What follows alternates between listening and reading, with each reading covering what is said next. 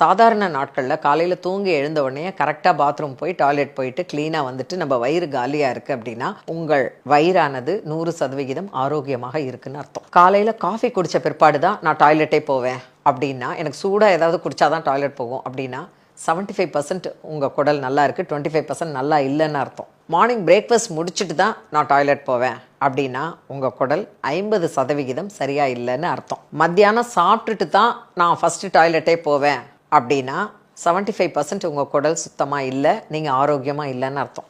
எப்போயாவது போவேன், இன்றைக்கி போவேன், இல்லைன்னா நாளைக்கு போவேன், நினச்சா 2 நாள் கழித்து கூட போவேன், எப்போ போவேன்னு எனக்கே தெரியாது அப்படின்னா உங்கள் குடல் அவ்வளவு அசுத்தமாக இருக்குதுன்னு அர்த்தம். உங்கள் உடம்பு அவ்வளோ ஆரோக்கியம் அற்றதாக இருக்குதுன்னு அர்த்தம், சுத்தமாக இல்லைன்னு அர்த்தம். அப்போனா என்ன அர்த்தம்? இதுக்கு தான் டீடாக்சிஃபிகேஷன் அப்படின்னு ஒன்று சொல்கிறோம்.